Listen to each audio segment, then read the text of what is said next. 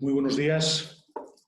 Muy buenos días a todos. Muchísimas gracias por acompañarnos en un nuevo Zoom de la Cámara de Comercio de Oviedo, en un nuevo webinar, en un nuevo seminario por la red, que hoy va a tratar sobre el apasionante tema del impacto geopolítico del coronavirus.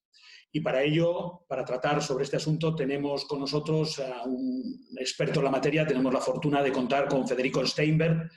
Federico Steinberg es un experto en economía política internacional y a mayores es investigador principal del Real Instituto Elcano. También es profesor de análisis económico de la Universidad Autónoma de Madrid y máster por esta universidad.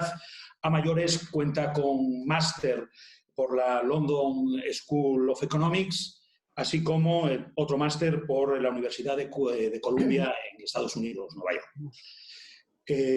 Muy bueno, a mayores también quería comentar que es muy conocido popularmente por sus intervenciones en prensa y en programas de televisión.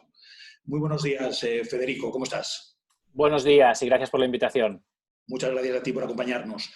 También quería decirles que hoy contamos con un formato que yo creo que hace todavía más atractivo, si cabe, estos Zoom de la Cámara, porque tenemos con nosotros a Inmaculada Rivas Jiménez, jefa de informativos de COPE Asturias, y lo que se va a crear es una interlocución, una charla, una entrevista entre Federico e Inmaculada Rivas Jiménez. Por lo tanto, consideramos que va a ser incluso más bonito el programa de hoy. Por lo tanto, van a poder hacer las preguntas tal y como les indica también Inmaculada. Muy buenos días, Inmaculada. ¿Cómo estás? Hola, muy buenos días, Manuel. Buenos días a todos. Bueno, pues si quieres, adelante tú con la presentación. No, continúa, por favor. Por eso iba a darte pie, que a partir de ahora estamos en vuestras manos y muchísimas gracias por poder contar con vosotros dos. Buenos días a todos. Quiero agradecer en primer lugar a la Cámara de Comercio de Oviedo que haya abierto estas ventanas virtuales para el análisis, para la reflexión y para la búsqueda de soluciones a esta gravísima situación que estamos padeciendo. Agradezco además a la Cámara que haya contado con la cadena COPE para buscar diferentes enfoques del impacto que está provocando el coronavirus. Y gracias, por supuesto, por la oportunidad que me brindáis de entrevistar a una persona que sabe tanto de lo que ocurre en el mundo y que además lo cuenta de forma tan clara. Federico, buenos días. Buenos días. Bueno, hoy buscamos una visión geopolítica de la crisis del coronavirus. ¿Cómo está y cómo va a quedar el orden mundial tras la pandemia? ¿Qué impacto tiene el coronavirus en las relaciones internacionales? ¿Quién gana? ¿Quién pierde? ¿Qué riesgos nos acechan? ¿Cómo podemos salir de esta crisis? ¿Cómo será el mundo de mañana? Hay muchas preguntas, buscamos muchas respuestas y vamos a ir por partes. Antes de empezar, animo a todas las personas que nos están siguiendo a que nos envíen preguntas para poder plantearlas una vez que hagamos un barrido por el mapa mundi.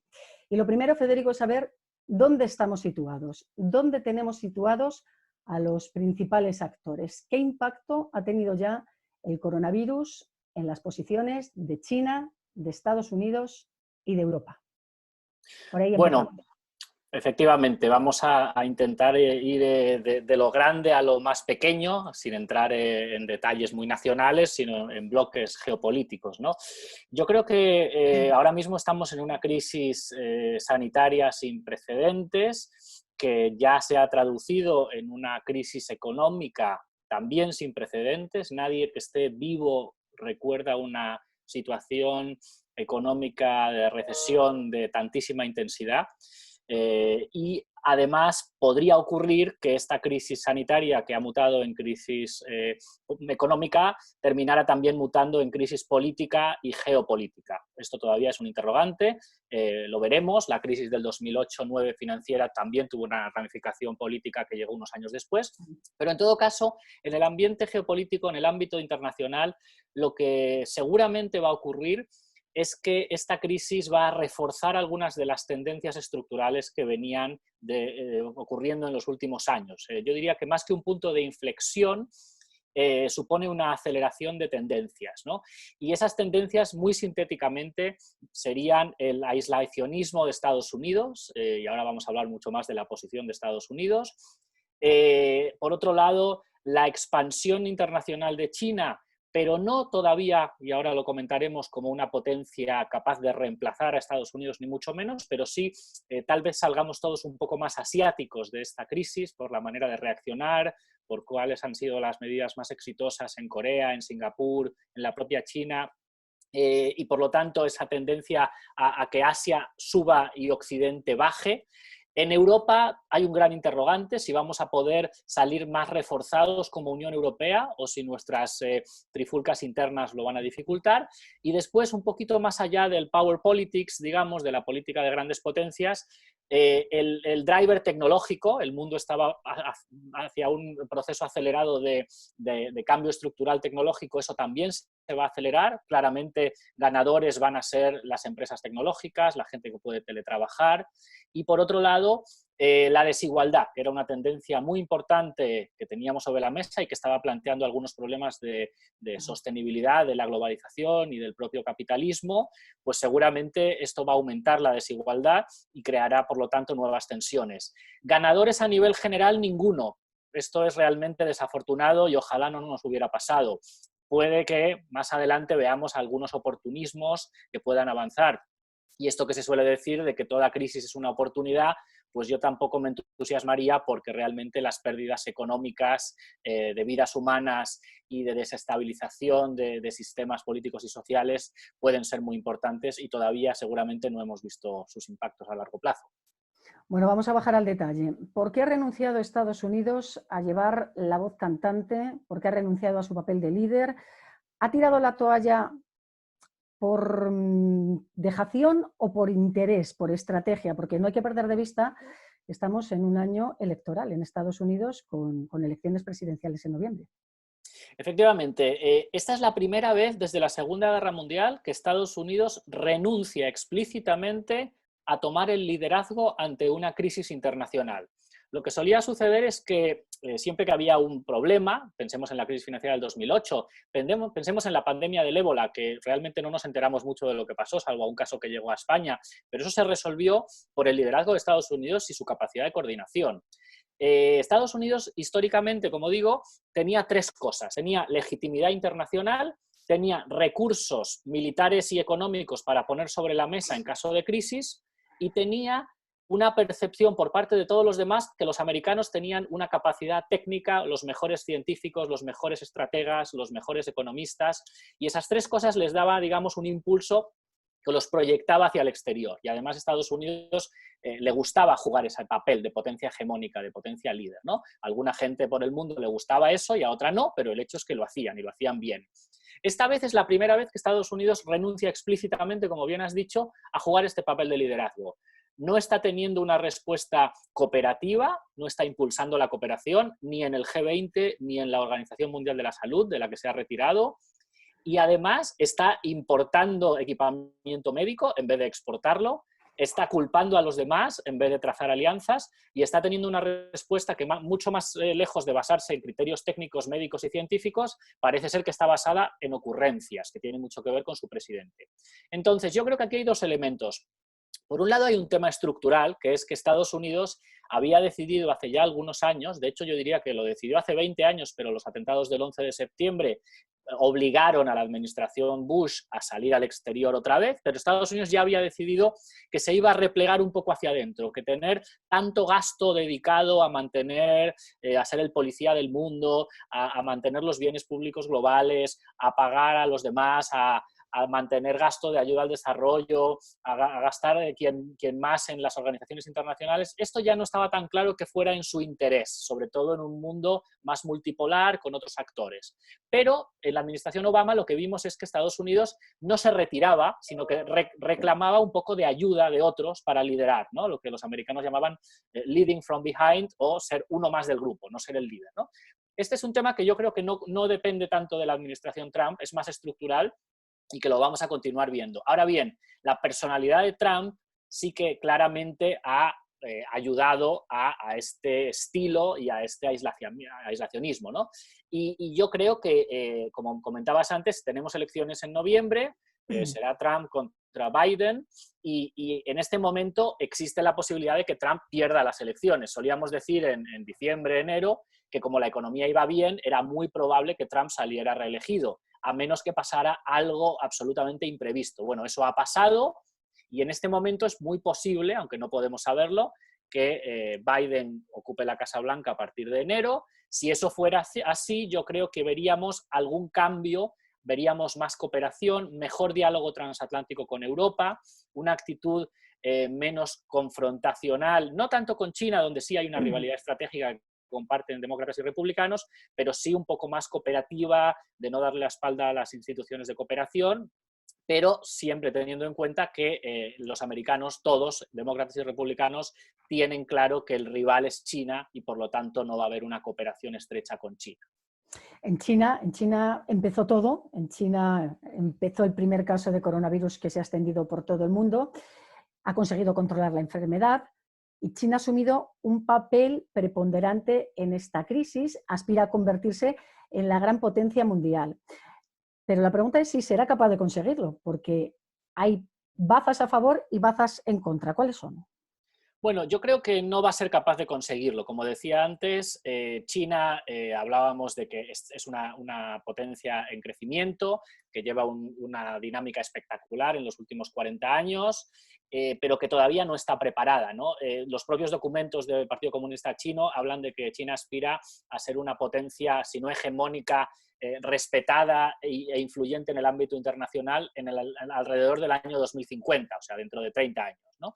Por lo tanto, si esto hubiera ocurrido dentro de 20 años, a lo mejor sí, pero ahora mismo pensemos en que China tiene, como bien has dicho, la culpa original. Vamos, aquí tenemos muchas guerras de información y muchas noticias falsas, y por un lado los estadounidenses hablan del virus chino, pero por otro los chinos están intentando decir que ellos no tienen la culpa. Sabemos que el virus sale de un mercado al aire libre y de un murciélago en China, y por lo tanto hay que revisar los estándares de salud pública en China urgentemente. Eso era algo que estaba sobre la mesa antes y ahora hay que tenerlo más claro, pero China efectivamente ha sido muy exitosa en hacer el primer confinamiento de Wuhan, que luego en España hemos hecho algo muy parecido. Por lo tanto, hay un debate ahí sobre autoritarismo y democracia, que no hace falta ser un régimen autoritario para poder reaccionar bien. Corea del Sur también ha reaccionado bien y es una democracia, ¿no? Pero bueno, China ahora está intentando reescribir un poco la historia de la pandemia, ¿no? Decir, bueno, vale, sí, nosotros tuvimos la culpa, aunque ya están intentando decir que no, que el virus nació en otros sitios, pero básicamente está intentando ayudar con equipamientos médicos a otros países, está intentando ser cooperativa, está intentando mostrar y compartir su experiencia, porque es verdad que llevan 2 meses de anticipación sobre Europa de cómo hay que hacer las cosas, y en ese sentido hay cosas que podemos aprender de China y que está muy bien fijarse en cómo lo han hecho. De hecho, las partes de desescalada por espacios, por semáforos, por colores, el uso de la tecnología de los móviles para la geolocalización, estas cosas son interesantes que las pensemos, que las miremos.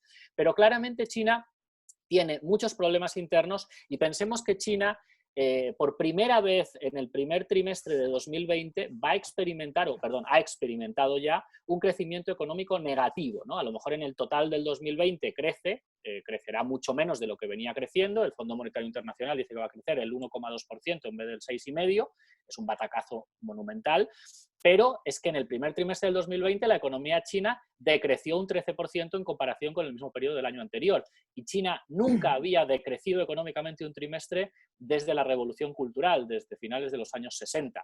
Por lo tanto, como la legitimidad política del Partido Comunista Chino y del régimen chino se basa en una creciente y continuada prosperidad y en una promesa a sus ciudadanos de que esto sirve para que China levante cabeza y salga del siglo de humillación que empezó en el siglo XIX con las guerras del opio y se convierta por fin en lo que ellos consideran que debe ser, que es la potencia hegemónica mundial, por tecnología, por capacidad, porque ellos piensan que en muchos sentidos su modelo es superior, pero claro, un decrecimiento económico puede dar al traste con eso, si además hay una recesión global y nosotros nos vemos obligados ya no a hacer proteccionismo, que no es una buena idea, sino simplemente a nosotros no crecemos tanto, no les compramos tantas cosas, pues una crisis económica en China puede dar al traste con estas aspiraciones, y por lo tanto yo creo que China se va a centrar más en intentar mantener las cosas más o menos amarradas en casa, hacer alguna promoción de la cooperación y del relato, pero no a ocupar ese espacio geopolítico central que deja vacío Estados Unidos.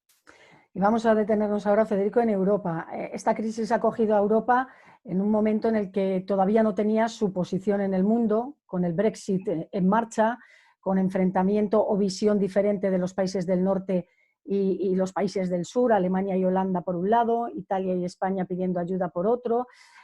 La pregunta la hemos escuchado 1000 veces en los últimos tiempos, la respuesta supongo que no ha cambiado. ¿Peligra la Unión Europea?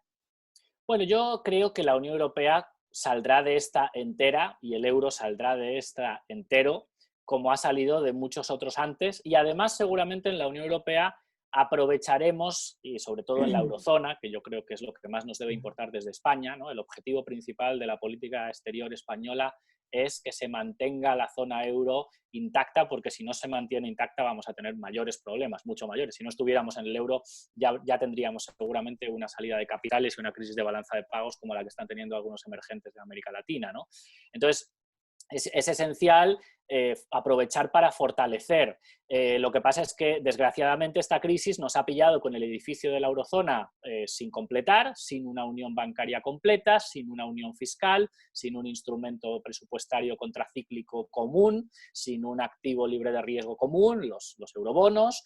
Y bueno, esperemos que, y yo creo que es lo que siempre hace la Unión Europea, pues salgamos de esta con unos pasos adelante en la integración, pero incompletos, ¿no? Desafortunadamente no a la altura de lo que requeriría una situación como esta, o para que la siguiente no nos pille mejor, ¿no? Y mientras tengamos esas discusiones internas, que luego podemos entrar más en ellas, entre acreedores y deudores, países del norte, países del sur, si hay un rescate, no hay un rescate, qué hace el Banco Central, pues bueno, de momento podemos decir que el Banco Central ha hecho en unos días, aunque titubeó un poco al principio, lo que tardó 3 años en hacer en la crisis anterior, o sea que algo hemos avanzado, ¿no? Y que estamos hablando de instrumentos comunes para la reactivación. Pero como decía, ese papel de la Unión Europea en el mundo, esa comisión geopolítica de la que habla la presidenta de la Comisión y que tiene que ejecutar el alto representante Josep Borrell, eso realmente es difícil cuando uno está con debilidades internas.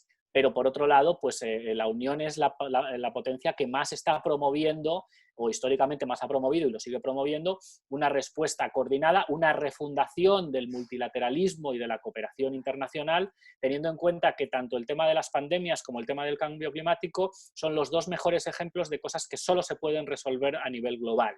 Otros temas se pueden resolver a nivel nacional o entre unos pocos, pero aquí estos 2 son esenciales a nivel global, y esperemos que eso se puede hacer, especialmente con las zonas más calientes y con nuestros vecindarios sur, este, y con América Latina, que es con quien España está interesada que Europa tenga una relación especialmente buena. Vamos a seguir moviéndonos por este tablero. Otra pieza importante son los países productores de petróleo. Los vehículos los tenemos parados, salvo lo imprescindible para ir a trabajar y realizar determinados servicios esenciales.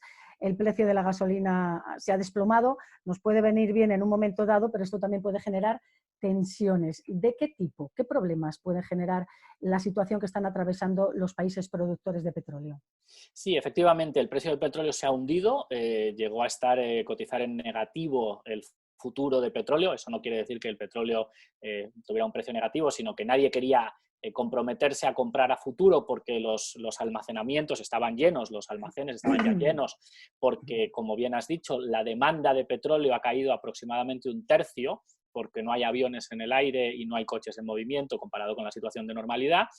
Y por lo tanto, bueno, como bien dices, para países importadores de petróleo como España, esto es una buena noticia, nos rebaja mucho el coste económico de un input esencial hasta que cambiemos el modelo energético.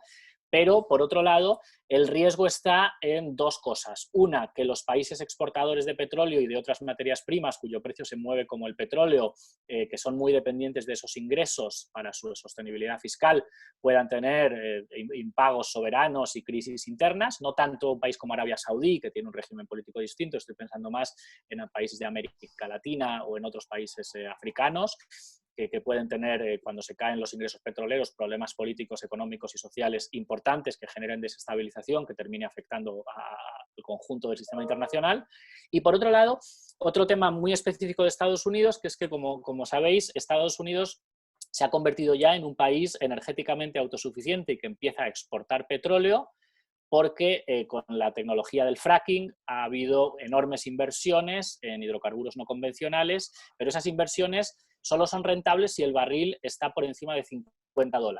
Es decir, si el petróleo vale $60, sacar el barril de petróleo con tecnología de fracking es rentable. Si está a 30 como hoy, no es rentable. Entonces tenemos un montón de empresas estadounidenses que tienen un enorme endeudamiento, que si el petróleo sigue en $30 van a tener problemas, pueden quebrar, y si quiebran no pueden devolver sus préstamos a los bancos, y eso podría desencadenar problemas financieros en Estados Unidos, que como sabemos es el epicentro financiero del mundo, y eso tendría ramificaciones con el resto del mundo, ¿no? Y digamos que esa es una de las posibilidades de que esta crisis de economía real se transmita a crisis financiera, mientras que en el 2008 pues, era una crisis financiera que se transmitió a la economía real. Bueno, si algo tenemos claro en esta crisis es que está afectando a todo el mundo, que nadie escapa al coronavirus, pero no todo el mundo, no todos los países tienen la misma capacidad de respuesta. ¿Qué va a pasar con los países emergentes? ¿Se va a abrir aún más la brecha entre países ricos y países pobres? Efectivamente, aquí lo que tenemos que pensar es que la crisis es simétrica en el sentido de que nos afecta a todos, pero es muy asimétrica en su impacto. Primero, por las estructuras productivas de los distintos países. No es lo mismo un país como España, dependiente del turismo en un 15% de su PIB, bueno, 12 más añadidos, nos pondríamos en más del 15, que un país como Noruega o como Suecia, donde el turismo pesa menos. Y no es lo mismo un país que tenga una capacidad sanitaria como Alemania, que un país emergente, y no es lo mismo un país que pueda llevar a cabo confinamientos temporales, pero confinamientos al fin y al cabo, u otro en donde la economía sumergida es el 60 o 70% del PIB y por lo tanto es imposible parar la actividad económica. Por lo tanto, aunque en términos de cifras parece ser que de momento África y América Latina están bastante mejor y hay una discusión ahí, no sabemos si esto tiene que ver con la edad media más baja en estas zonas, con el tema climático, no está muy claro todavía y esperemos que siga siendo bajo, pero efectivamente el recurso económico que están teniendo los países ricos es utilizar a sus bancos centrales para imprimir dinero y apoyar la deuda pública de esos países y estos aumentos espectaculares del gasto público que son inevitables y que vamos a ver en todos lados. Eso lo puede hacer la Unión Europea, o sea, lo puede hacer la zona euro con el BCE, lo puede hacer Estados Unidos porque la Reserva Federal emite el dólar, que es la moneda de reserva mundial, lo puede hacer el Reino Unido porque la libra es una moneda sólida, el franco suizo, Canadá, Australia, pero no lo puede hacer un país emergente que si se pone a imprimir dinero, lo que va a conseguir es que haya una huida de capitales porque hay una depreciación de su moneda y nadie se quiere quedar dentro, que puede generar hiperinflación, como ya vemos en Venezuela, o una crisis financiera y un impago. De momento, ¿qué tenemos? Tenemos que ha habido una moratoria en el pago de los intereses de la deuda para algunos países, no del principal, y hay una discusión en marcha sobre la necesidad de ampliar la capacidad de préstamo del Fondo Monetario Internacional y de otras redes de seguridad financiera globales, porque si no vamos a tener impagos soberanos importantes y crisis financieras, crisis de balanza de pagos financieras que deriven tal vez en crisis políticas, y eso habría que evitarlo. Ahí la Unión Europea sí que está jugando un papel muy constructivo, pero evidentemente esto es algo que tiene unas dimensiones enormes. Lo que tenemos claro y además nos tiene perplejos es que un virus tan pequeño haya puesto el mundo patas arriba y además el mundo no es capaz de dar una respuesta conjunta y coordinada a esta pandemia. Los estados están actuando de forma individual, cada uno va a lo suyo, está adoptando sus propias medidas. ¿Es el fin de la globalización, al menos como la estamos entendiendo o como la entendíamos hasta ahora? Bueno, esta es una pregunta importante y todavía no lo sabemos. Yo creo que efectivamente tenemos que mejorar la cooperación internacional y esto nos enseña que, por ejemplo, por poner un ejemplo, hemos invertido muchísimo en términos de recursos y de capital diplomático en asegurarnos no tener una catástrofe nuclear y no hemos invertido lo mismo en una pandemia y a lo mejor el riesgo de la pandemia era mayor que el del tema nuclear, ¿no? O sea que aquí hay que reflexionar bastante, ¿no? En términos concretamente de la globalización, yo creo que efectivamente la globalización, como decía al principio, ya estaba algo cuestionada, ¿no? Una tendencia que venía de antes era que los acuerdos de libre comercio y sobre todo la globalización financiera pues tenían una serie de ganadores y perdedores y que había que replantear o reequilibrar un poco esas ganancias y esas pérdidas para que fuera legítima y sostenible, ¿no?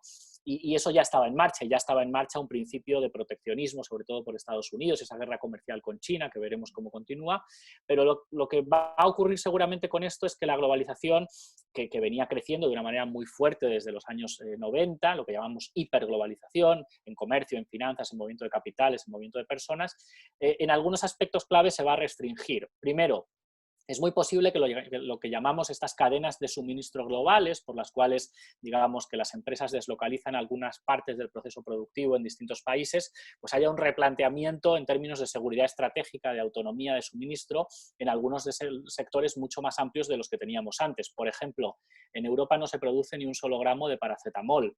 Y a lo mejor esto no es una buena idea, ¿no? Depender de China para ello, o los principios activos de los antibióticos son todos importados. Entonces, aprovechando la tecnología del 3D, de impresión 3D, podríamos seguramente ver una relocalización de producción y un retraimiento de las cadenas de suministro, ¿no? Por otro lado, es muy posible que el comercio de servicios, que va bajo plataformas digitales como esta teleconferencia que estamos haciendo, crezca en vez de reducirse, o sea, esa globalización de comercio de servicios, de datos, puede que aumente, porque seguramente nos daremos cuenta cuando salgamos de esta de que hay muchos viajes que a lo mejor no hace falta hacer y que trabajaremos más online y por lo tanto, pues ahí hay una pata de la globalización que puede expandirse en vez de restringirse. Y en cuanto a movilidad de personas, pues hasta que no tengamos una vacuna es muy posible que la movilidad esté restringida. Y volviendo al tema que mencionabas justo al principio de esta pregunta, ahí es importante que la Unión Europea por lo menos se coordine mejor para poder abrir el espacio Schengen de manera coordinada o al menos tener un sistema para todos los países Schengen de semáforos y de apertura para poder mejorar la movilidad. Hay mucha gente que, además de ser turista, que cruza una frontera para ir a trabajar todos los días. Pensemos sobre todo en el centro de Europa, Luxemburgo, Bélgica.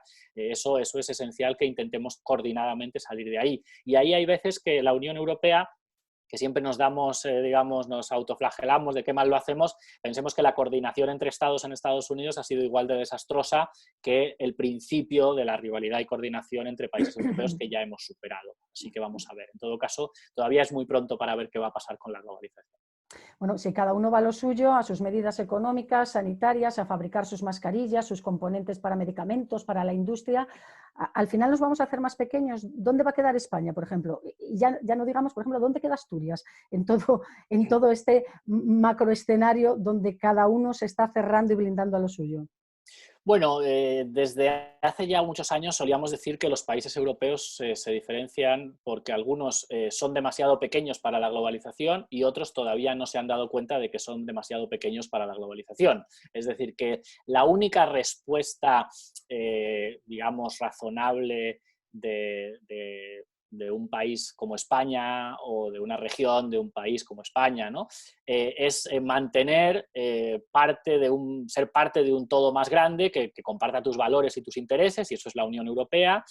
Y lo que pasa es que, nuevamente, en este caso nos estamos dando cuenta de que España tiene que tener una posición asertiva en la Unión Europea, que España tiene que volver a la mesa, que hemos estado un poco ausentes durante la etapa de la crisis financiera, para que estos avances en la integración que tal vez se produzcan sean los que le interesan a España. Y por lo tanto, una España que por una parte sea un socio constructivo y fiel al proyecto europeo, y eso de momento la ciudadanía española lo es, y eso es muy positivo, que pueda aprovechar en forma de círculo tal vez virtuoso esa relación con Bruselas, como lo hacíamos en los años 80 y 90, en los cuales nosotros éramos muy europeístas, la Unión Europea nos daba fondos de cohesión y nosotros hacíamos una serie de reformas que creíamos que eran importantes para nuestro futuro económico, pero que aprovechábamos un poco la palanca de Bruselas para impulsarlas y conseguir vencer los vetos políticos internos que a veces teníamos para esas reformas.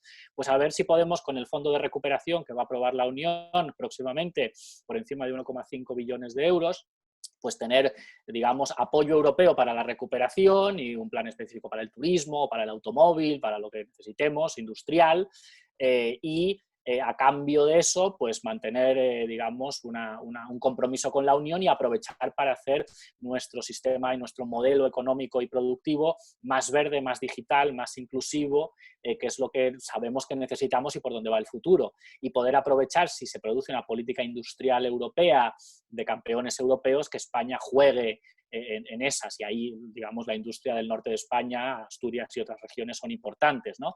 Lo mismo con la industria, digamos, de sectores estratégicos, como ahora vamos a pensar más en el sector alimentario como estratégico. Por lo tanto, se trata de poder, digamos, meterse en el corazón de la estrategia de recuperación europea para que ésta salga con un barniz español, que no será nunca la española, porque hay otros países y otros intereses, pero se trata de ser activos y participantes en ese debate de más Europa, pero la Europa que España quiere. Bueno, por poner un punto de vista igual un poquito más optimista, ¿crees que esa estrategia que acabas de describir puede ser el empujón a lo mejor que necesita Asturias para poder, bueno, pues enfocar el nuevo futuro sin carbón, apostando por su industria, con un componente más medioambiental? Sí, efectivamente. Yo creo que es muy importante que España tenga bien preparados muchos proyectos de inversión para que cuando se cuando se apruebe este fondo de recuperación, que ya está claro que va a tener grandes inversiones en toda Europa, pues esas inversiones hay que poner sobre la mesa proyectos concretos, ¿no? Y el eje verde y el eje digital claramente van a ser los dos ejes definitorios de esta estrategia y, por supuesto, eso debería poder ayudar a transformar un poco el modelo productivo asturiano, español en general, hacia algo que sea realmente más sólido a futuro. Ojalá lo hubiéramos podido hacer antes, ojalá no hubiera habido que pasar por esto, pero si esos fondos europeos que van a aprobarse ahora nos ayudan a esa transformación, pues bienvenidos sean. Y nos queda por tocar ya todos los ángulos de este mundo global que tenemos, ya veremos si más o menos globalizado. ¿Qué visión tienes sobre lo que puede ocurrir con los totalitarismos, los populismos y también con los nacionalismos? Bueno, yo creo que vamos a un mundo donde el soberanismo va a aumentar su peso y el globalismo va a retroceder. Ahora, esto puede tomar varias formas, ¿no? Claramente vamos hacia un mundo donde el Estado va a jugar un papel más grande, más importante, los ciudadanos van a recurrir al Estado para su seguridad, para su salud, para su seguridad económica, además de otros tipos.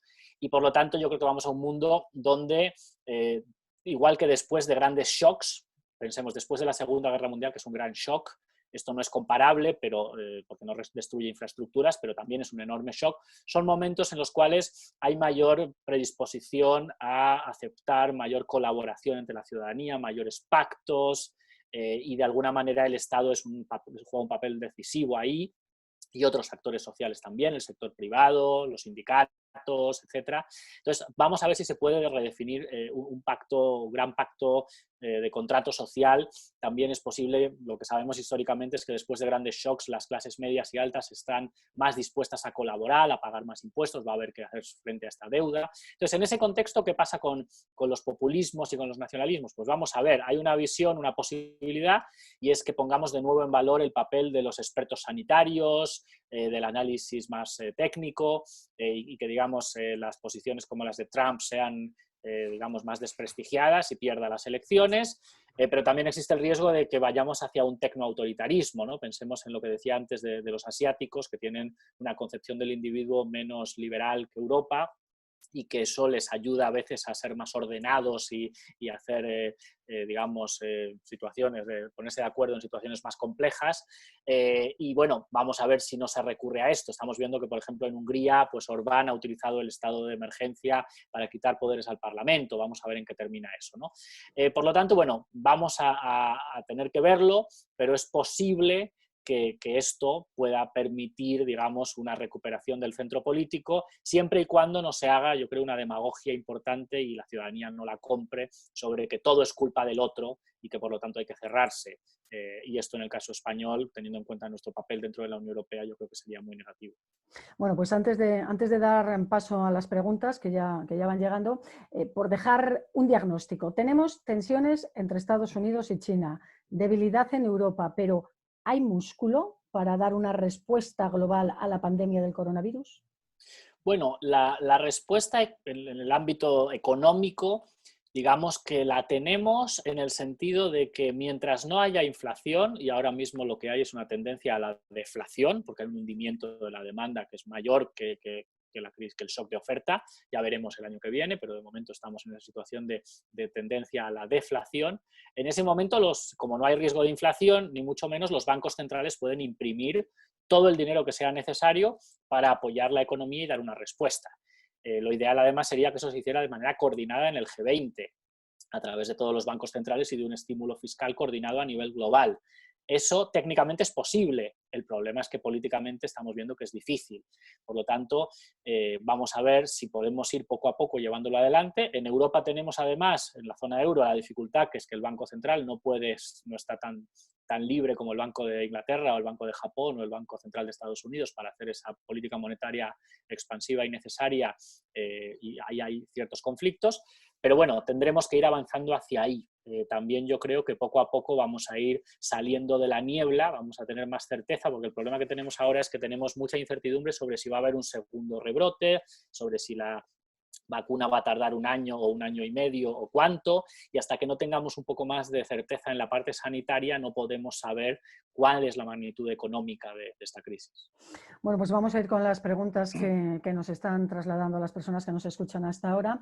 Nos pregunta Miguel Morán si crees que Europa y Estados Unidos dejarán de ser los proveedores tecnológicos de China y si China dejará de ser la gran fábrica del mundo.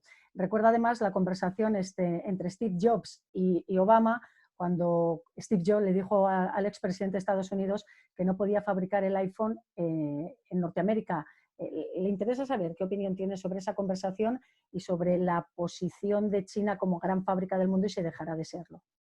Bueno, efectivamente, aquí hay una variable clave para el futuro geopolítico y es si esa tensión China-Estados Unidos que ya estábamos viendo de antes se vuelve peor o esta crisis da lugar a un distenimiento y a más cooperación. Tiene pinta de que la rivalidad va a continuar y va a ir a peor, ¿no? Y que por lo tanto esa tensión, esa división del ecosistema económico estadounidense y el ecosistema económico chino, pues se va a ir produciendo un desacoplamiento de ambos, que no es nada fácil, pero que lentamente haya producción que vuelve a Estados Unidos y que China juega un papel menos relevante en las cadenas de producción globales. Ahora bien, la pregunta es qué tiene que hacer Europa con eso. Yo creo que Europa tiene que estar en una posición que no es de alineamiento completo con Estados Unidos, especialmente si es Donald Trump y si el que está en la Casa Blanca y si la relación transatlántica continúa siendo tan débil. Europa tiene que intentar tener autonomía estratégica en el tema tecnológico. Pensemos que todas nuestras nubes de datos no están en Europa. Necesitamos ese salto hacia las nuevas tecnologías y la autonomía en materia digital y no ser dependiente ni de Estados Unidos ni de China. Pero efectivamente esto seguramente reavivará las tensiones entre China y Estados Unidos y reducirá un poco las cadenas de suministro que hacen que China tenga tanto peso en las exportaciones mundiales. ¿Descartas por completo la posibilidad de que China y Estados Unidos lleguen en algún momento a algún tipo de entendimiento, por lo menos? Bueno, entendimientos puede haber y claramente ellos dos son muy interdependientes y el mundo es muy interdependiente. Por lo tanto, como ya vimos en la guerra comercial, pues digamos que después de distintas tensiones y aranceles la cosa se frenó. Pero lo que tenemos aquí es una rivalidad tecnológica y geopolítica entre dos grandes potencias, una potencia hegemónica que está ahí y que está en descenso pero no quiere descender y otra que está en ascenso claro y que aspira a ocupar un papel de primus inter pares. Y esa es una dinámica internacional que no se va a modificar. Por lo tanto, el mundo de la cooperación multilateral que conocimos en los años 70, 80 bajo liderazgo estadounidense y con lo que Europa estaba tan cómoda, eso no va a volver. Otra cosa es que eso no quiere decir que pasemos a situaciones de conflicto, digamos, directo, total en todos los ámbitos. Pregunta también Pedro Menéndez, que nos está siguiendo, si no es un poco arriesgado apostar por la vuelta a la normalidad hasta que no exista una vacuna para el coronavirus. Si no habría que apostar por capacidad de prevención y tratamiento hipertrofiadas y mantenidas en el tiempo. Bueno, efectivamente, es lo que he intentado decir antes. Aquí hasta que no haya una vacuna de nueva normalidad, nada. Es decir, yo creo que tenemos que acostumbrarnos a que si vamos abriendo y saliendo del confinamiento, vamos a tener que mantener unas medidas de distanciamiento social y unas precauciones que no van a ser para nada normales, ¿no?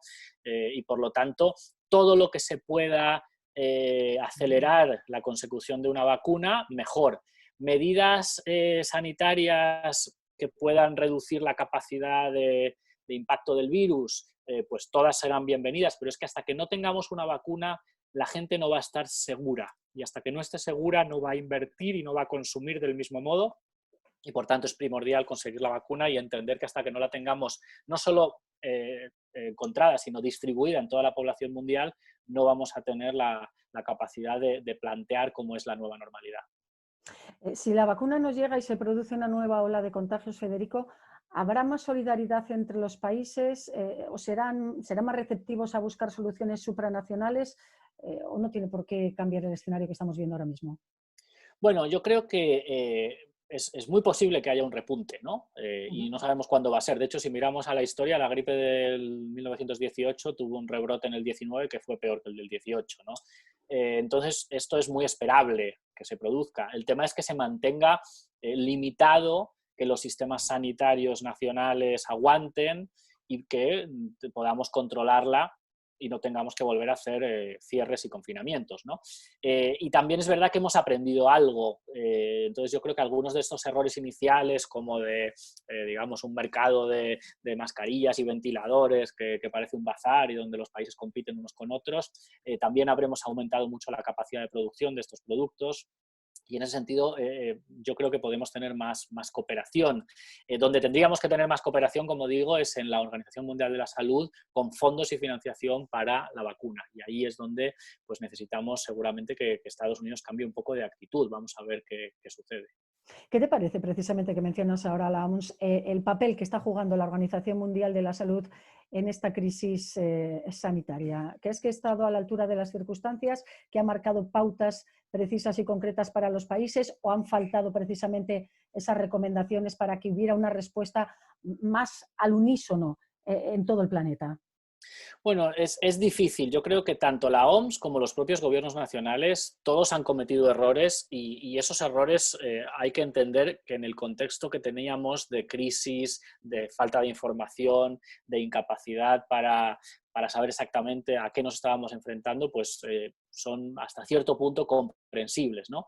Yo creo que la OMS ha tenido, tal vez pudo ser más contundente, pero claro, seamos conscientes de que si tú declaras una pandemia global, inmediatamente estás hundiendo la economía, ¿no? Así que esa discusión, esa tensión, en un principio, a lo mejor influyó en la manera de no reaccionar con mayor contundencia.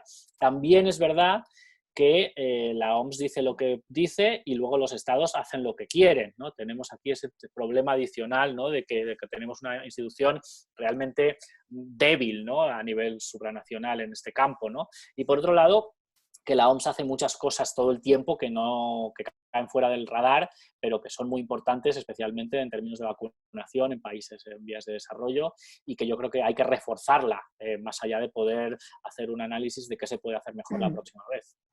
Nos pregunta Ramón Arribas, ¿cuál sería tu escenario geoestratégico si Donald Trump vuelve a ganar las elecciones en Estados Unidos y se reafirma en su política?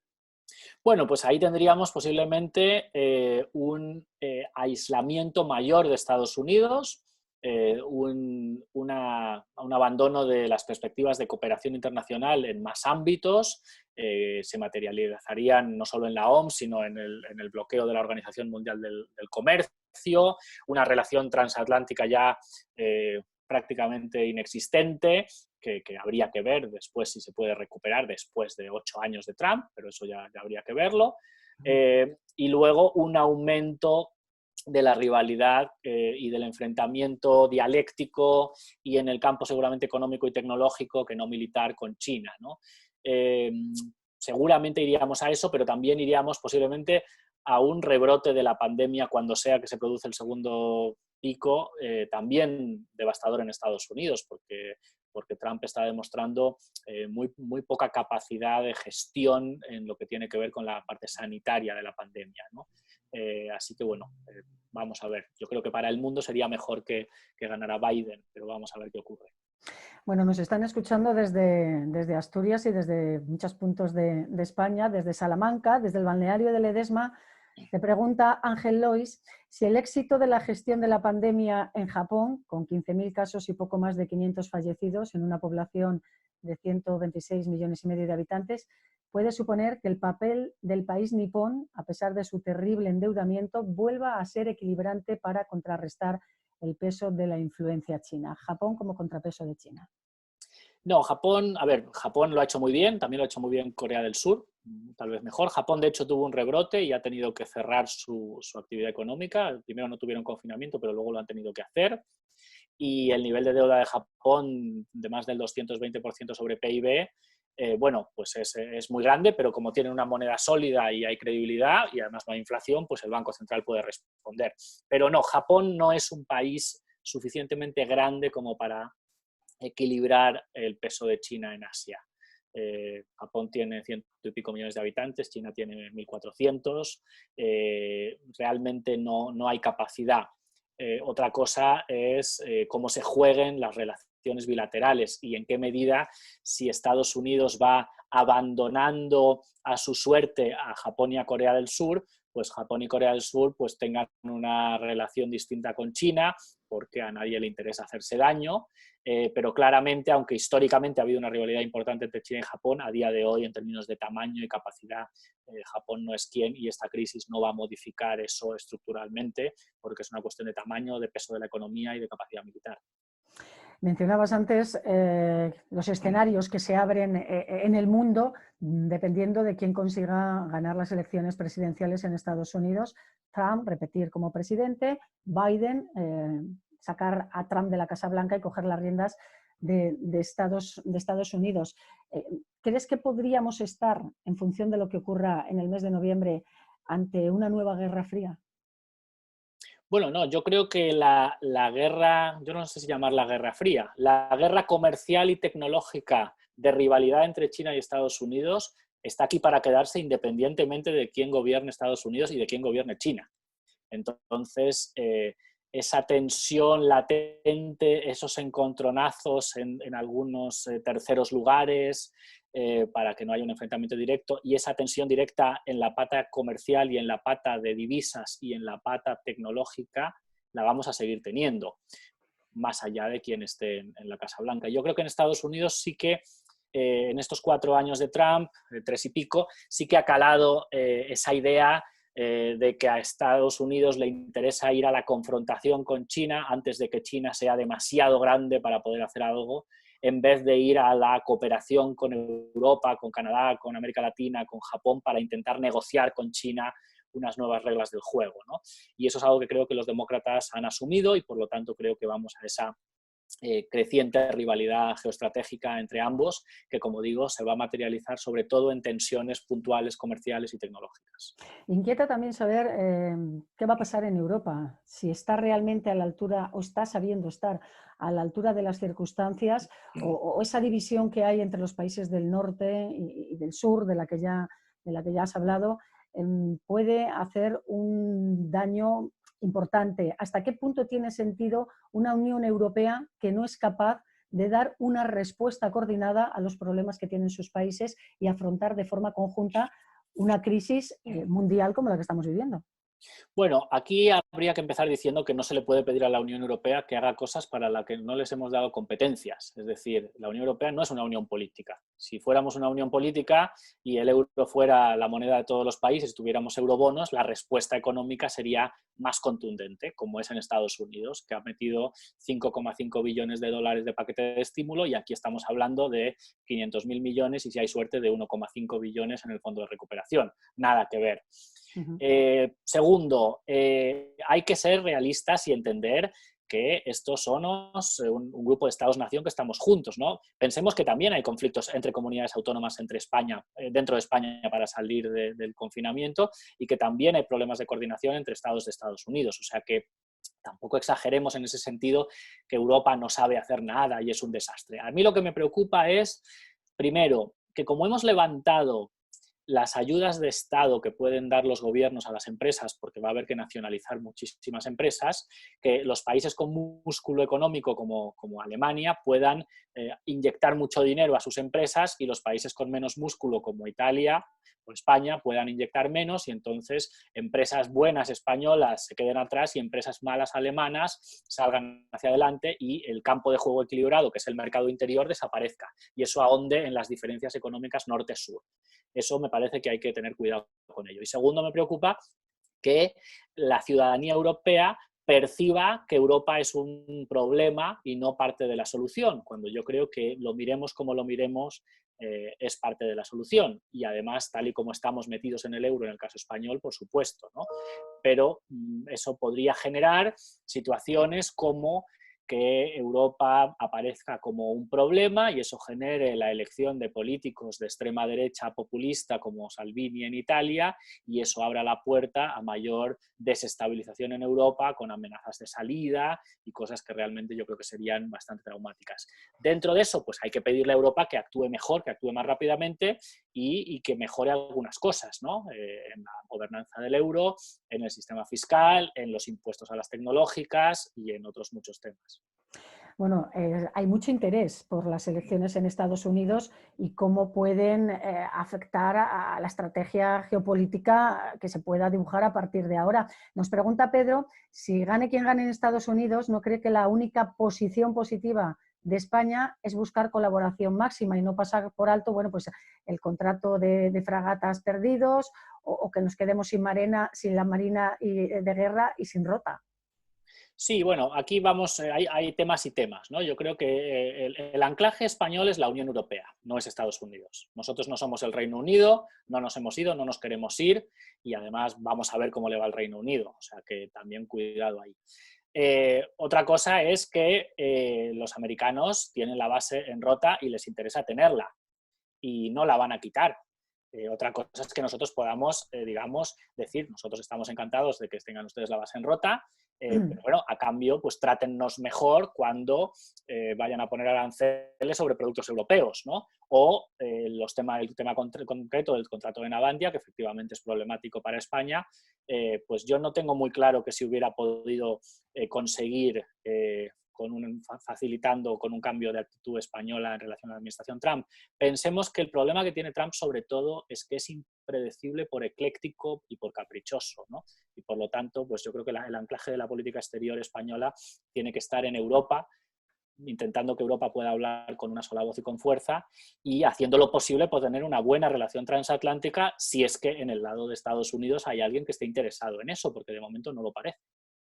Nos pregunta Margarita Collado Federico si el Brexit, la salida del Reino Unido de la Unión Europea, pues ha supuesto un golpe aún mayor para la cohesión de la Unión Europea. Y te pregunta además qué valoración haces de cómo está afrontando en solitario esta crisis Boris Johnson. Bueno, varias cosas. Primero, el Brexit, como sabemos, se ha producido, pero estamos en el periodo transitorio que termina el 1 de enero del 2021 y a lo mejor hay que solicitar una extensión porque no se va a poder acordar una relación futura en este contexto, en condiciones. Pero bueno, tal vez los británicos no quieran transición y prefieran irse sin acuerdo, lo que será económicamente muy devastador para ellos, pero como se va a mezclar con la debacle económica que tiene por el coronavirus, a lo mejor a Boris Johnson le interesa para desvincularse del todo y decir que no ha tenido impacto negativo porque es todo por el coronavirus. Segundo, Johnson, siendo un poco como Trump, no tanto, ha tenido una gestión de la pandemia bastante deficiente. Además, intentaron ir primero por la inmunidad de grupo y tuvieron que parar porque veían que iban a tener miles de muertos y eso no era sostenible. Así que la evaluación de la gestión sanitaria de Johnson pues es que no es demasiado positiva, ¿no? Por otro lado, pues no sabemos muy bien. Yo creo que Johnson va a aprovechar hacer las cosas diferente de Europa para poder reafirmar lo que él quiere, que es terminar con la relación con Europa y conseguir un gran pacto nacional sobre la base de que el Reino Unido es un gran país y un poco las añoranzas del Imperio Británico, que no está aquí ni va a volver. Yo creo que la posición europea en relación al Brexit es de los pocos casos en las que ha sido muy, muy cohesionada, es decir, nos ha unificado y nos ha puesto negro sobre blanco que nuestro interés era negociar juntos, que no podíamos romper el mercado interior porque los británicos quisieran tener acceso al sistema financiero europeo si no aceptaban trabajadores europeos allí, y en ese sentido creo que ha sido bueno y lo estamos manteniendo en este momento, y también creo que es bueno que la pandemia nos ha hecho olvidarnos un poco del Brexit en el sentido de que las prioridades de la Unión Europea no están en el Brexit. Los británicos se han ido, esto es una pena, nosotros les ponemos un menú de opciones de relación futura sobre la mesa, que elijan el que quieran, y a partir de ahí nosotros tenemos que ir a lo nuestro, que es reforzar el euro y transformar nuestra economía y mejorar nuestra cohesión para tener una política exterior como más fuerte. Bueno, este es un análisis geopolítico con Federico Steinberg, que no quiero pasar por alto, que es además economista, que tiene una visión muy amplia del campo económico y que está siendo uno de los asesores del Gobierno de Madrid para poner propuestas sobre la mesa e intentar que la Comunidad de Madrid, bueno, pues, tome las decisiones más oportunas y poder coger músculo de nuevo para retomar la actividad económica. Yo no sé si hay alguna recomendación de las que usted ha puesto sobre la mesa que nos pueda venir bien aquí en Asturias, que también tenemos una preocupación importante por la evolución del paro, el crecimiento que está teniendo, la cantidad de trabajadores que están regulados temporalmente de empleo, las dificultades que están pasando nuestras empresas, el momento delicadísimo de la actividad económica, nuestra principal empresa, la que da pulso a nuestro motor económico, ArcelorMittal, ha publicado hoy las importantes pérdidas que ha tenido en este primer trimestre del año, no sabe qué va a pasar el resto. Yo sé que, bueno, que resumirlo de forma breve va a ser complicado, pero le pido, bueno, una recomendación, ya que está usted también centrado en esa materia. Sí, efectivamente. Yo creo que, bueno, tanto yo como otras personas que nos han pedido que colaboremos con ideas, pues encantados de hacerlo con todo el que nos quiera solicitar ayuda, y aquí hay que arrimar el hombro, yo creo, entre todos, ¿no? Otra cosa es que, para bien o para mal, las respuestas a esta crisis pues tienen que ser digamos, de amplio espectro, es decir, aquí tenemos que apoyarnos en la capacidad nacional, no por comunidades autónomas, de endeudamiento, y apoyados porque somos parte del euro por el Banco Central Europeo, asumiendo que tenemos que hacer una serie de gastos públicos enormes que nos van a disparar el déficit y la deuda pública, pero ese no es el problema ahora mismo.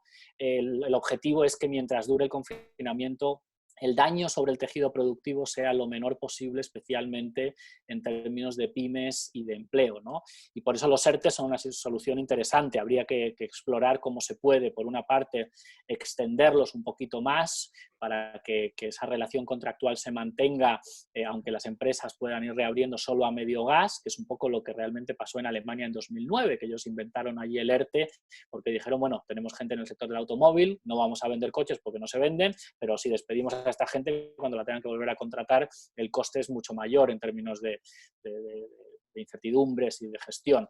Otra cosa es que tenemos que hacer más para llegar a la gente que está fuera del sistema formal, porque el problema es que tenemos un porcentaje de economía sumergida, en Asturias es menor que en otras zonas de España, afortunadamente, pero claro, hay que conseguir que no queden fracturas de gente desenganchada del sistema, y ahí a mí me preocupa también el tema de ganadores y perdedores en términos digitales en cuanto a la escolarización y a la gente que puede teletrabajar o no.